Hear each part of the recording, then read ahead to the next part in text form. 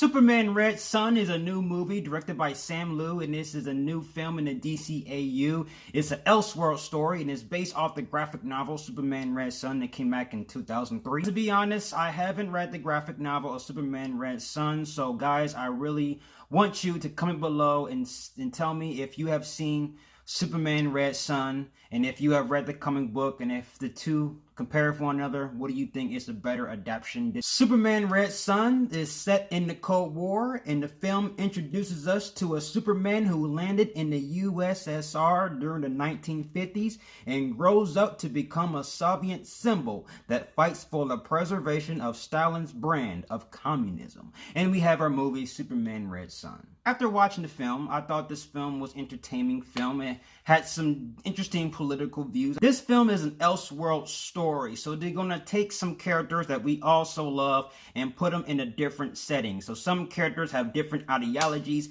Some characters have opposite character traits of what we so love. This film follows a Russian Superman, an interpretation we haven't quite seen before on the small screen. That Jason Isaacs does a good job of voicing the Russian Superman and using the accent. And most of the voice timings, Amy Acker, Jason Isaacs, and Diedrich Bader, we've seen these names before in other DCAU films, so their voice talents are pretty much a formality at this point. They all did a good job, but I want to talk about some of the characters within this film. We see Superman, we see Superior Man, we see Batman, we see the Green Lanterns in this film, we see Wonder Woman, also we see Brainiac, Lex Luthor, Lois Lane is in this film as well. But all these characters that I just mentioned have different character traits. Like, they're not the same characters we see from the comic books or seen from, you know, our traditional shows. Like, Superman is a Russian Superman and Batman is an opposite character, and I want to talk about Batman. All right, Batman is pretty much like the villain in this movie. He has like a certain agenda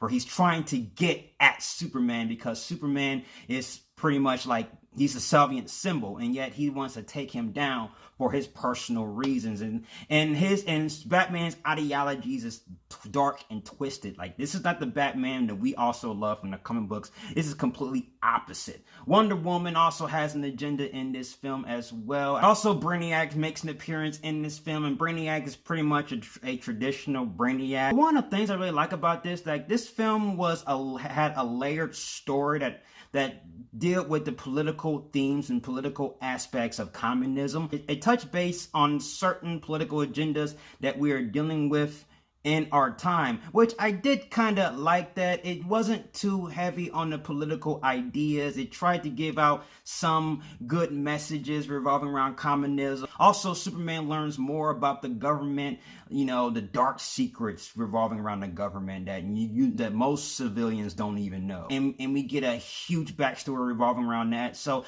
I did like some of the moral and themes that the film tried to present on screen. And the film did a good job of fleshing out Superman's story. That also leads into the flaws in this film. Like some characters, traits, and ideologies doesn't really get fleshed out to the full point, only because of due to the screen time of the film. And most of that has to them dealing with the surface of the political theme. Like, they give out a few political ideas revolving around communism, but they only touch the surface. They didn't dig deep into all the travesties, all the morals that, you know, that usually politics usually come across. But this is not a political film, no, but yet I feel like there are some things, there are some missed opportunities this film could have presented to elevate some characters. You know, if it's like this in the graphic novel, like, I sort of liked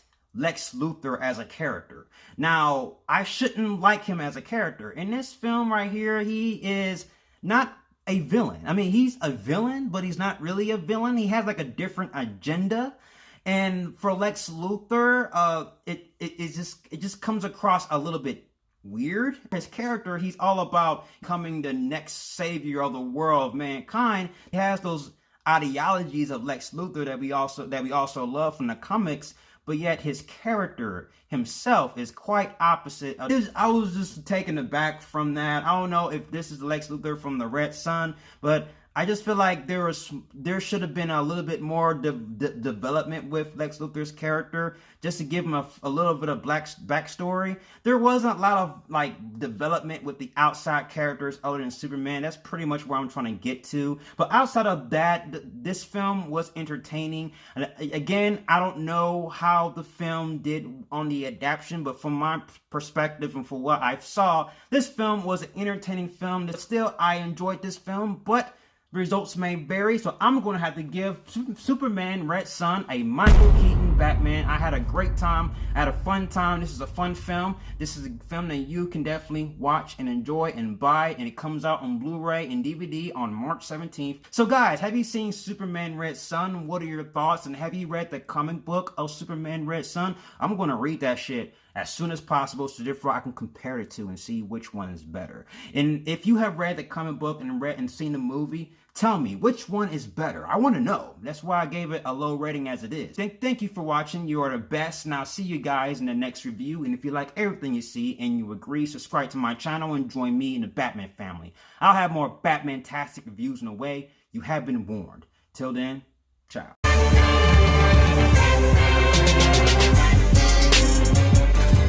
Holy mackerel.